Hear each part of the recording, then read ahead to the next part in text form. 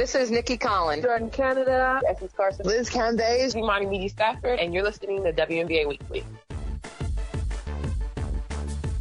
What's up, WNBA Weekly fans? Welcome to another episode of WNBA Weekly. My name is Kyle Haywood, and I am joined by the ever, what am I trying to say? Well, what's a good intro for you? The ever dashing Logan Jones. What's up, Logan? How you doing, man? I'm good now. I was worried where you were going with that. It's like, what am I always? It's like, I'm always eating spaghetti. Like, what's my thing?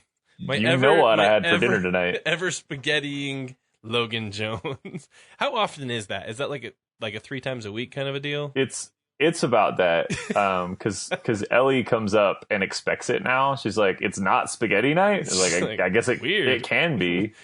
It is a night, right? Yeah. So yeah, always awake, always making the one dish that I can make well. That's me. I love it, dude. Thanks for.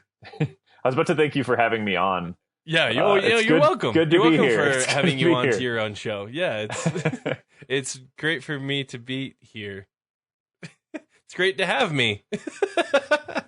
That's I'm awesome, sure dude. it is. Well, Logan, we had an excellent week of WNBA games. Super pumped about a lot of the stuff that we're seeing in the WNBA this last week. I want to hop into a lot of it a little bit later. But first, we usually do this at the end of the show, but this was such a good one. I want to throw this out at the very beginning, all right? I've got my phone here.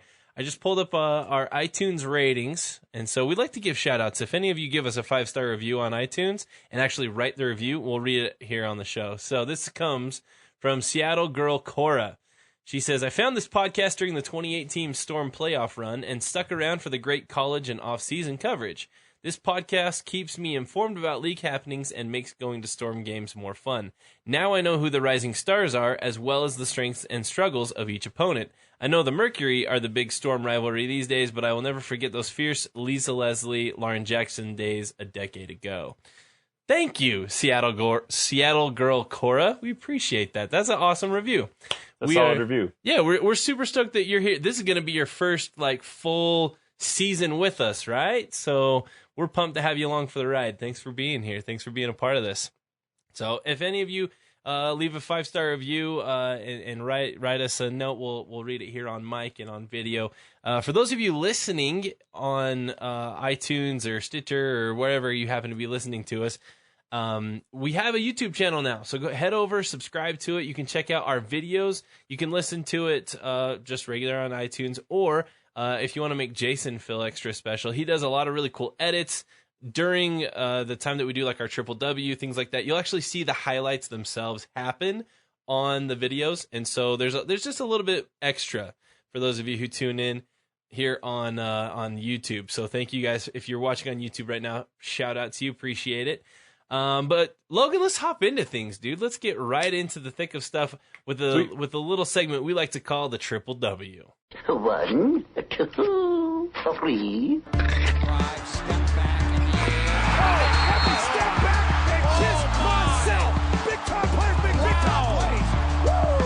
And the winner of the Most Valuable Player Award is... You are the one! The way I see it, you owe Tina an apology. Watch me. All right, guys. So, starting things off, we've got the Rookie of the Week nominees. You had 4 options to choose from there on our Twitter polls. You could have Nafisa Collier. She played 2 games, had 7 points per game in those. 4.5 rebounds and a block is what she averaged across those games. Arike Agumbuwale also making a second appearance in the poll. She only had 1 game herself, but she did put up 11 points, 2 rebounds, and a steal. Asia Durr making her first appearance in the poll. We actually have our number 2 overall draft pick making her first appearance in our Rookie of the Week poll. She only had 1 game, but she did have 12 points, 2 blocks, and an assist.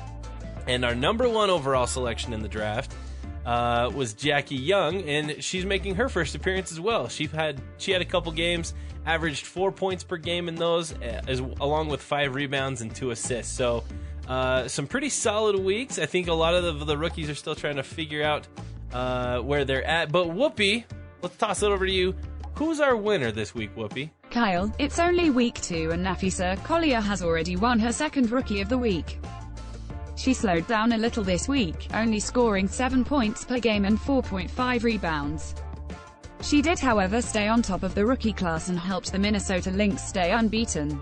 MVP this week had a couple good contestants, obviously, starting off with Sylvia Fowles. Sylvia Fowles and Erica Wheeler are both on this list this week as players who only played 2 games. But Fowles averaged 13 points, 12.5 rebounds, and a half block per game. And Wheeler, to her credit, 18 points, 7.5 assists, and a steal per game. The next 2 each played 3 games, and I believe were the top 2 finishers. Starting off with Jonquel Jones with 19 points, 14.3 rebounds a game, 2 blocks. Obviously, like the opener to this week, kind of set her. We knew she was going to be in the field for MVP this week. And Natasha Howard, who's having a great start to her year, 19.3 points per game, just over 9 rebounds, and almost 2 steals. Tossing it over to Whoopi for the winner. Logan, this week's MVP was Jonquel Jones. She played a big role for the Sun as she averaged 19 points over 3 games and also snagged an average of 14.3 rebounds. Congratulations to Jonquel Jones for being this week's MVP. Thanks, Whoopi. All right, play of the week. Whoopi's the best. Isn't Whoopi great? Our play of the week nominees this week, guys. There were some really solid plays. A couple pass plays making the rounds here. First, Chelsea Gray with the deep toss to Nneka Ogwumike. I love seeing like a full court pass for an easy lay-in. Like, beautiful. Loved it. The next pass play that also made the cut was Gabby Williams with that insane wraparound where she drives to the hoop and then wraps it around the defender and tosses it over for the finish. Solid pass play there. Tiffany Mitchell with an insane scoop and score off the weak leg. She's tossing up with her right hand and jumping off her right foot. It was kind of this awkward shot that totally went in. It was awesome. And Yvonne Turner with a major juke and score versus the Aces. So those are your 4 options for play of the week. Whoopi, who did our Twitter followers decide won this week? Kyle, this week's play of the week was the wrap-around pass of Gabby Williams. You see her here driving up the lane. She goes to shoot but realizes that she can't quite get it all the way, so she pulls off this nifty little assist to ask you. All right, guys, that's all we've got for the Triple W. But congratulations to each of our winners this week. A lot of solid basketball played this week, and so we're super excited to see these players doing so well. Tune in next week. Make sure you're watching every Sunday night. We're going to be putting out those Twitter polls. If you haven't caught them, watch for them Sunday night. We run them for, I don't know what we run them for, about 18 hours, something like that, 24 hours maybe. Until they'll close, and so you'll have an opportunity there. So watch for those polls if you want. We want to hear we want to have you decide. These are your awards that you're awarding. I vote from my personal account, but that's just one of the many votes that go through. So we want to hear from you. Twitter, the Twitterverse, the WNBA family on Twitter, to help us decide who our award winners are for each week. So, Logan, I've got a couple topics I want to chat with you. The first one was literally as we were going to hit record. I was kind of perusing WNBA Twitter and came across this. I was mowing my lawn and stuff this evening, and so I had to, check Twitter again. It sounds like Leilani Mitchell will be re-signed to the Phoenix Mercury. Logan, yes. I want to hear your takes, man. I want to hear your takes. All right. This is a good. First of all, I think it's just a good idea. I don't think this is something the Mercury wanted to do in the first place. From everything I've read, she was a salary cap casualty. The Mercury brought on, I think, 4 rookies, and obviously couldn't cut any of those because those are the friendliest contracts you'll have. And so to get under the cap, they cut Leilani Mitchell. But now, as a free agent, she's free to sign with a more cap-friendly deal. And the word is that she'll be back on the team Wednesday in time for the Mercury's 3-game road trip, starting at Minnesota. So obviously great for me as I picked her for my 6th one of the year. Right. I think it's great for the Mercury too. Cursed, I think that was the quickest. I think the day after we dropped that episode, the news hit that she wasn't on our roster. Cut, yeah. But she's she's a good player. I won't go out of my way and say that she's achieved greatness just yet. But obviously wants to be back in that locker room, and Mercury is already one of the deeper teams in the league. I think they've shown in this opening stanza of the season that they're a threat.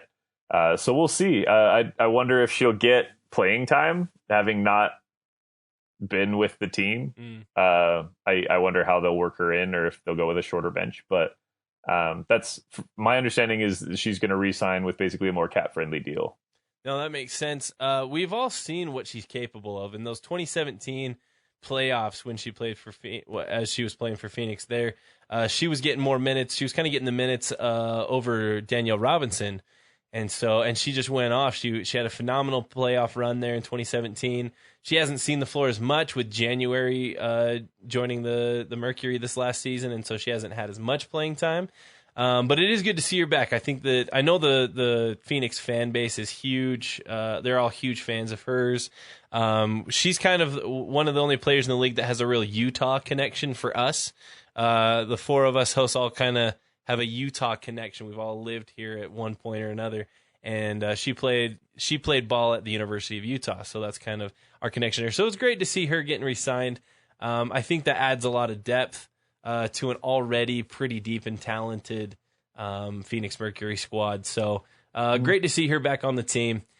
But the main topic I want to talk about today, Logan, the one that I really want to hit, is Minnesota for real?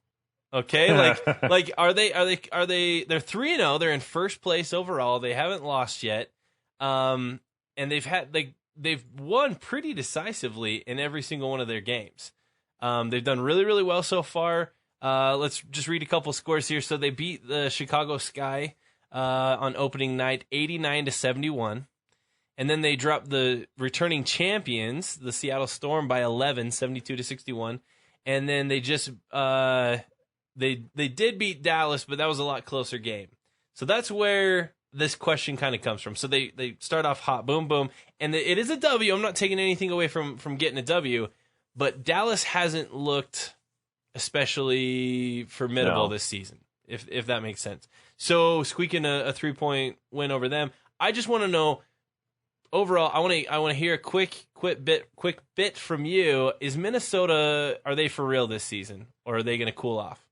I don't know, because as you said, each one of those teams that they've beaten, I mean, are those not games that they should have won? And that's to be in a better position than those teams is obviously, promising after. I mean, I picked them for everything last year. Right. I thought they were going to be the team to beat last year. So it's, but the Sky don't have things figured out yet. The Storm have glaring weaknesses this year because of roster depth issues caused by injuries.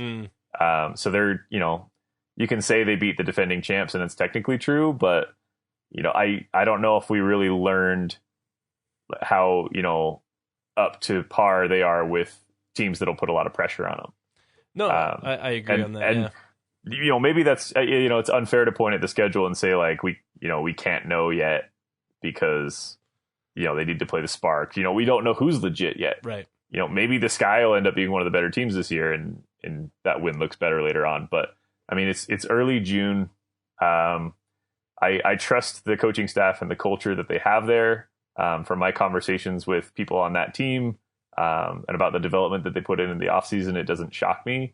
But I will not sign off just yet on them being the team to beat in the league right now. I like that take. And I tend to agree with you. I do think, however, that a lot of people are, including myself, kind of wrote them off a little bit early. Now, again, looking at their schedule, they should have probably won all three of these games. So they're 3-0, and I do think they should have won all three of these games. Chicago, who knows with Chicago? New coach, some new faces on that team. They're kind of figuring stuff out.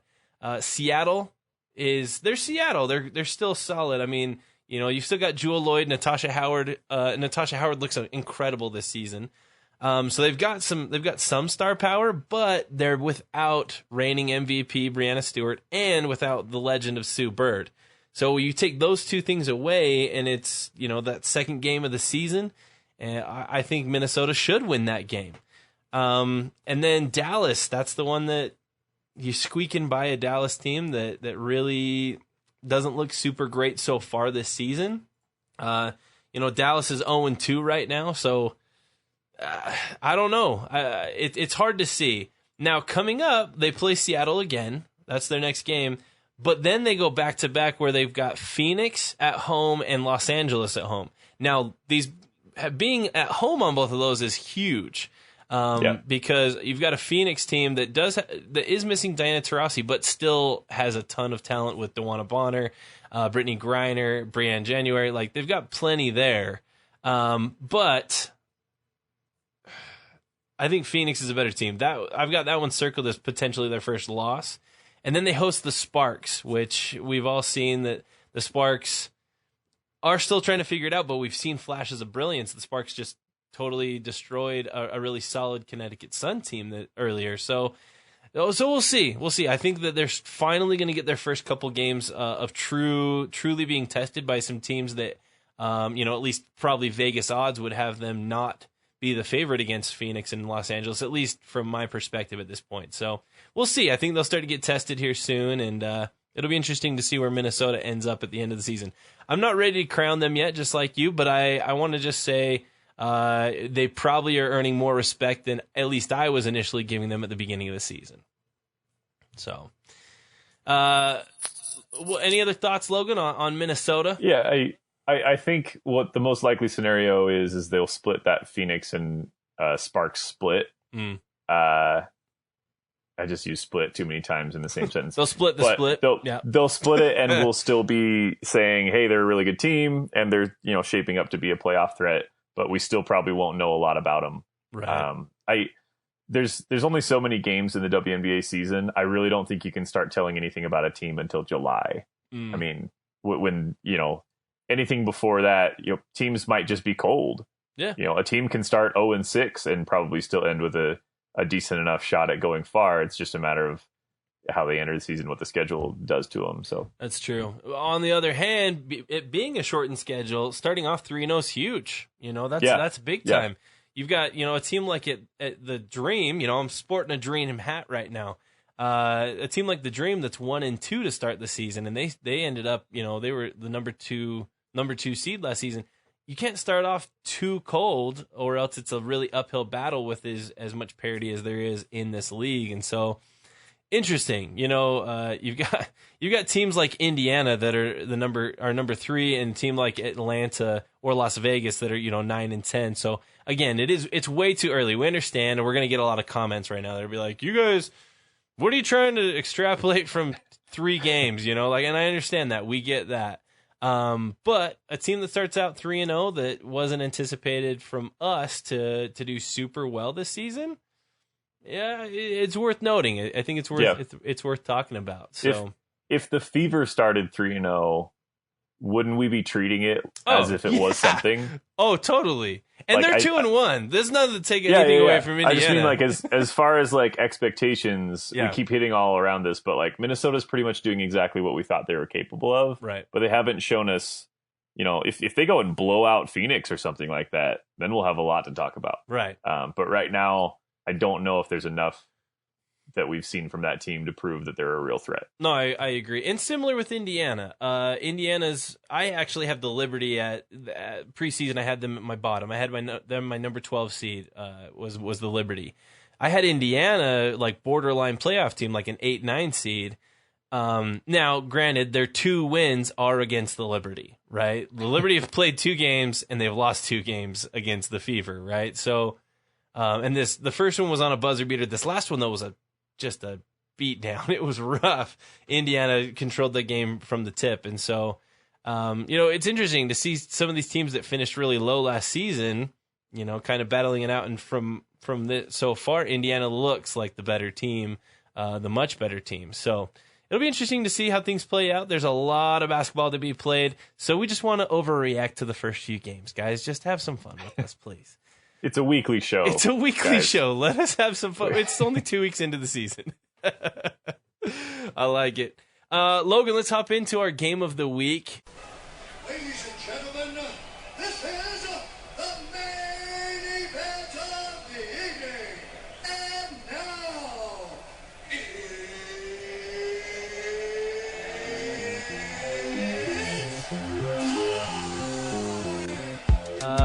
before we start to wrap things up. But guys, we have a game of the week coming up this Thursday.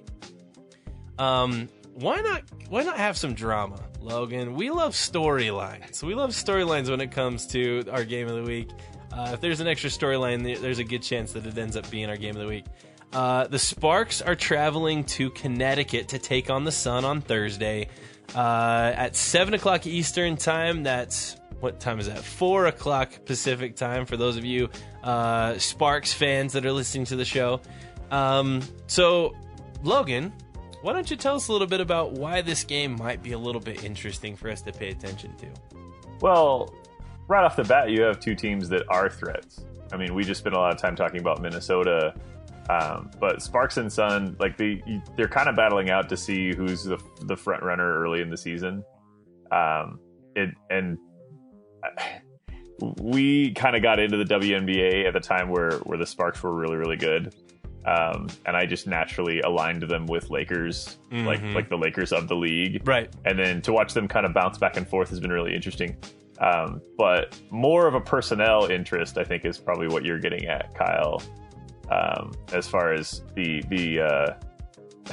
the individual matchups, yes, which I'll let you go into. But as a broad spectrum, this is a pretty key game early in the season. And I know we just talked a little bit about you can't, extrapolate too much from the first week. But wins now count as wins later, like late in the season.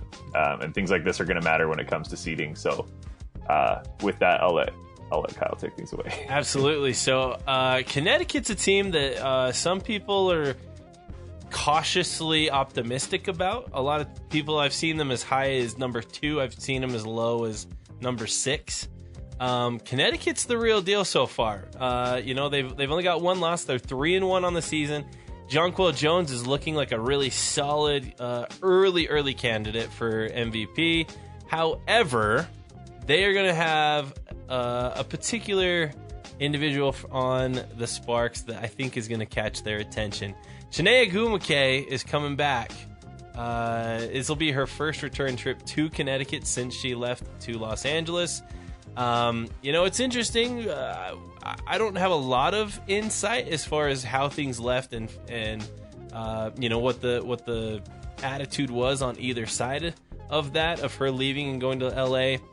But it did seem like she was kind of forcing their hand, didn't want to be there, things like that. And so we'll see. We'll see if there is some bad blood. I could see some of that, escalating, maybe spilling out onto the court so we can see it. Which would be obviously make for a little bit of added drama to this. But so far, both teams looking like they're kind of finding some footing. Looks like they might make a pretty solid season. This is games like this against two teams that are potentially like a top 4 team in the league.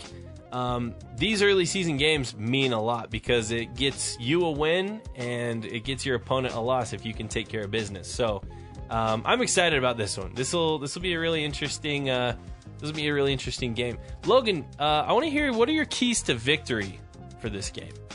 I think Jonquel Jones, if she's the best player on the court, I don't think they're going to lose even to a team of the Sparks caliber. And if you want to blow that into an even bolder prediction, if she's the best player in basketball this year, the Sun are going to win it all. And she's proven to be such a force in the fundamentals of the game. If you look at any box score without looking at the final score, and you see that one team out rebounded the other, they shot more free throws, and had less turnovers, you can pretty much figure out who won. Right. And Jonquel Jones is just one of those players that, like, each one of those keys touches on every one of them every game. And that sort of consistency, I mean, there are other players in the league that'll go for 33 points in a night and then regress back down to 12, just depending on how they're feeling and how their offense is coming with, what defenses are giving them. Jonquel Jones is steady, and that's what you really need in order to go far in a series. And I think, obviously we're getting ahead of ourselves a little bit there, but if she continues on this hot streak where she's the best player on the court, I think even the Sparks with being on the road, I don't think they're going to take her down. No, I agree. I think Jonquel Jones she might be one of the bigger stories of this season. this is one of those where, I mean, she's won a couple awards in the past. She won Most Improved Player in 2017. Then she won Sixth Woman of the Year in 2018. So people are aware of her, and she's been on her way up, but she's now officially to the point where it's like she's arrived. She's here. She's ready to go. And it's time. It's time for her to step up and make some serious noise. And she has so far. I mean, she's averaging almost 17 points a game and 14.3 rebounds per game over those first 4 games. It's insane. Those are almost video game numbers to see from a player. So it'll be great to see what she can do against a very physical inside presence that the Sparks have. They've got several players. They've got a lot of size. They've got some really, really solid rebounders. And so if she can go in and continue to do what she's done so far, I agree with you. I think that's big. My key to victory for the Sparks, however, is that you have to have a good performance from Nneka Ogwumike. She's kind of the counter, I guess you could say, to Jonquel Jones. And I think that battle is going to be really big, kind of the interior battle that we're going to see between some of these bigs on either team.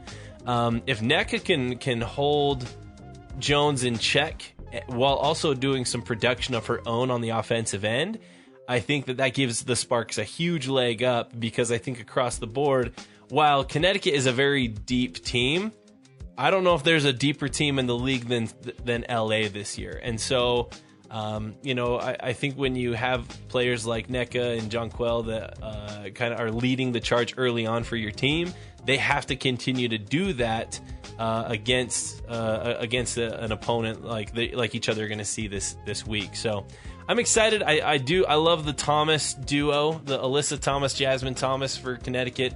I think that they're both underrated, and Courtney Williams might be the least talked about player that's all-star caliber. I think I sent that in our group chat earlier. Mm-hmm. I really do think Courtney Williams is one of those players that nobody talks about, and yet goes out and puts up all-star numbers regularly throughout the season. So this is an awesome game. Let's go ahead and get some predictions, Logan. What's your prediction for this game? Who are you taking, and what's the final score going to be? I'm taking Connecticut. I'll take them at home, probably by about 6. So maybe a final score, I'd give it 78-72. I like that. I agree. I think the home court's gonna come into play. The hard part for me with this matchup is I kind of have an idea of where Connecticut's at. I kind of have an idea of where they're going to be. I don't know where LA is. LA has shown that they've struggled, and then they've shown that they've done really well. I mean, I feel like this early season LA team is going to lose to some teams that they probably should beat, and also probably beat some teams that they might not have an advantage over. And that's how I feel about this one. I feel like LA is going to ride into this one and really take care of business. I think it's going to be one of those games where they're going to beat somebody that they maybe shouldn't. So I'm going to take LA. I think it's a little higher scoring, though. I'm going to go with LA 88-81 over the Sun. So there's my pick. I'm not sure if we've got Whoopi doing picks yet. I don't think so. But if so, Jason will cut in Whoopi right here. Okay, if not, then no big deal, right? All right, Logan, let's go ahead and wrap things up for tonight. We just want to thank you guys for tuning in, listening in. Obviously, you can subscribe, leave us a 5-star rating if you're checking us out on iTunes. Logan, where can they find us on social media? You can find us anywhere at WNBA Weekly. That includes Twitter and Facebook. We love interacting with people. We love hearing criticisms. We love hearing that we're doing a great job. We love hearing that we don't cover your team enough and who that team might be, so that we can, pay attention to, unless it's the Fever.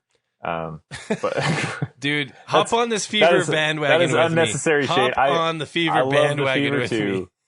But yeah, please jump on and be a part of that conversation with us. We really, I feel like that's part of the experience of us doing the show and of you being a listener is we really like to be interactive. We also have a Patreon and merch associated with it, which we are so grateful for. Anybody that's already jumped on that train and has helped us produce this show. All of those proceeds go to either making the show sound and look better, or towards I don't know if are we revealing what we're doing with the kind of the send people to game scholarship. Yeah, I'll our have Jason WNBA cut this if we're not. Absolutely. But to we got really fortunate getting treated to games last season and getting really into this, so we try to give back and do the same. So we appreciate our Patreon followers, and again, just anybody that's left a 5-star review for us on iTunes or anywhere else, so that people can find our podcast more easily. I think that covers it. Kyle, did I miss anything? No, I think we're good, man. Appreciate it. Thanks for tuning in, everybody. As always, for WNBA Weekly, I'm Kyle Haywood.